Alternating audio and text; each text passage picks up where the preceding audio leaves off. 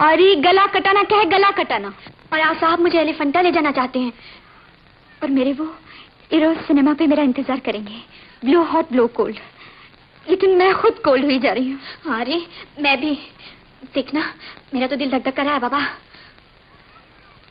हाँ अब क्या करेंगे? और उन्हें तो शादी की इतनी जल्दी है, जैसे अभी सहरा बांध कर बैठे हैं। सुबह फोन, शाम फोन, और बस एक ही रट लगाए हैं।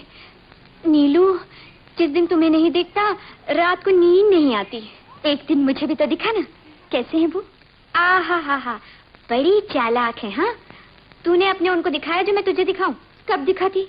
एक दिन आंख मिली, दूसरे दिन दिल मिले, तीसरे दिन खतों के घोड़े दौड़ने लगे।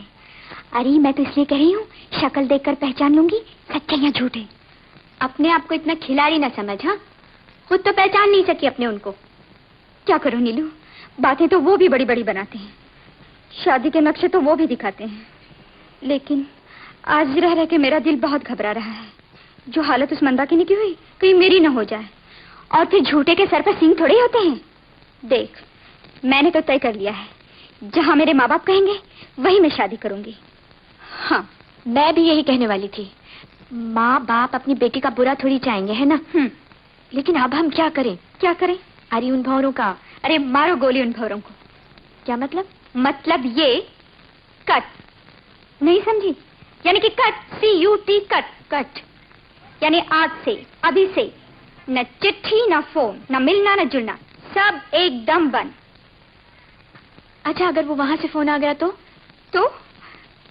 कह देंगे हमारे घर में सबको पता चल गया है और किसी को भी ये पसंद नहीं। Sorry, very sorry.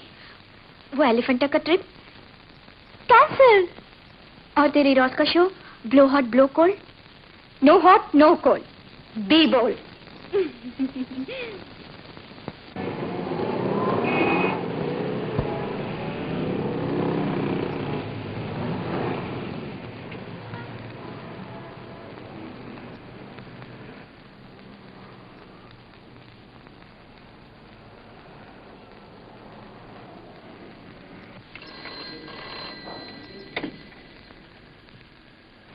Hello, Madhu? हाँ, मधु बोल रही हूँ, कहिए। हाँ, ये कहो से कहिए कैसे? वहां कोई बैठा है क्या? नहीं। तो फिर? मैं रोज पे तुम्हारा इंतजार करता रहा, भूल गई थी क्या? भूली नहीं, जानबूझकर नहीं आई। जानबूझकर नहीं आई? क्यों, क्या बात है? बात कुछ नहीं, अब मैं आपसे कोई संबंध नहीं रखना चाहती। क्या? ये क्या उल्टी सीधी बातें कर रही हो? मेरे बारे में किसी ने कुछ कह दिया है क्या? मैं कोई बच्ची नहीं हूँ जो किसी के कहने में आ जाऊं। मैं खुद नहीं चाहती कि आपसे कोई मेल जोल रखूं। भूल जाइए सब, और आइंदा कभी टेलीफोन करने की कोशिश मत कीजिए।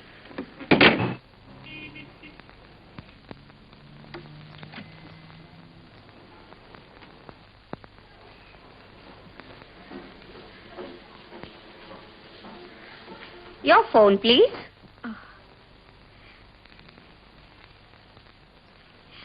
हेलो,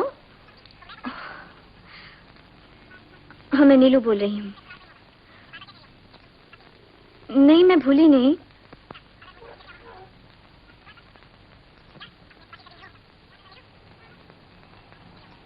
क्या? नहीं नहीं, अब मैं तुमसे कभी नहीं मिलूंगी। तुम सब झूठे हो, तुम लोगों की बातें भी झूठी हैं। झूठों के सर पर सींग नहीं होते। पति द्वारा तलाक की मांग स्वीकार, मक्कार पति गिरफ्तार, एडवोकेट नीरज चौधरी की जोरदार दलीलों का चमत्कार।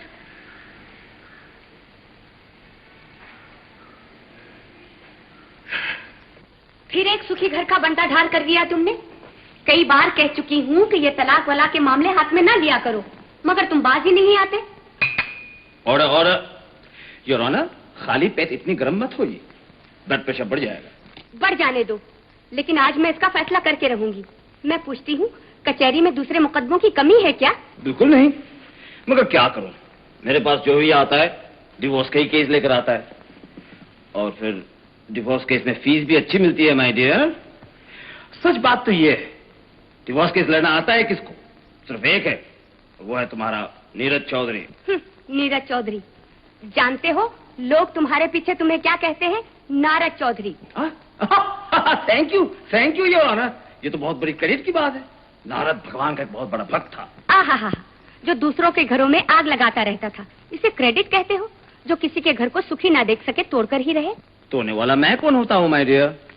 मियाँ बीवी में झगड़ा होता है, या मियाँ मेरे पास आता है, या बीवी आती है। जो भी फीस देता है मैं उस तरफ से लड़ता हूँ, फैसला कोर्ट करती है।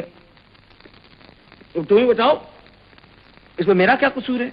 कसूर ये है कि छत में अगर कोई छोटी मोटी सी दरार पड़ जाए तो उसकी मुरम्मत करनी चाहिए, ये नहीं कि सारी की सारी ही छत तोड़ दो। दरार वाली छत के नीचे रहना भी तो ठीक नहीं, कभी भी टूट कर गिर सकती है। छत टूटे या ना टूटे, मैं तुमसे ज्यादा बहस नहीं करना चाहती, लेकिन इतना कह देती हूँ, अगर अब तुम्हारे हाथों कोई दूसरा डिवोर्स केस आया तो वो होगा मेरा और तुम्हारा। हाँ।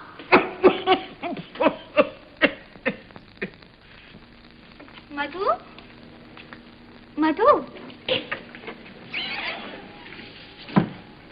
ये देखो फोटो, कितनी अच्छी है। अच्छी है ना? मुझसे क्यों पूछ रही हो? मैंने तुमसे कहा था ना कि तुम्हारे पिताजी तुम्हारी शादी की बात कर रहे हैं। लड़का पढ़ा लिखा है, अच्छे ओहदे पर है और खानदान भी बहुत अच्छा है। और सबसे बड़ी बात तो यह है कि उन्हें तो बहुत पसंद आई है। वो कैसे? उन्होंने मुझे कब देखा? अरे तुझे नहीं, तेरी फोटो तो देखी है। हमारा तो ख्याल है तू वहाँ बहुत सुखी रहेगी। अगर तुम्हें इतना विश्वास है तो मुझे पूछने की क्या जरूरत थी? जरूरत इसलिए है कि शादी तेरी होनी है और तेरी मर्जी जानना बहुत जरूरी है।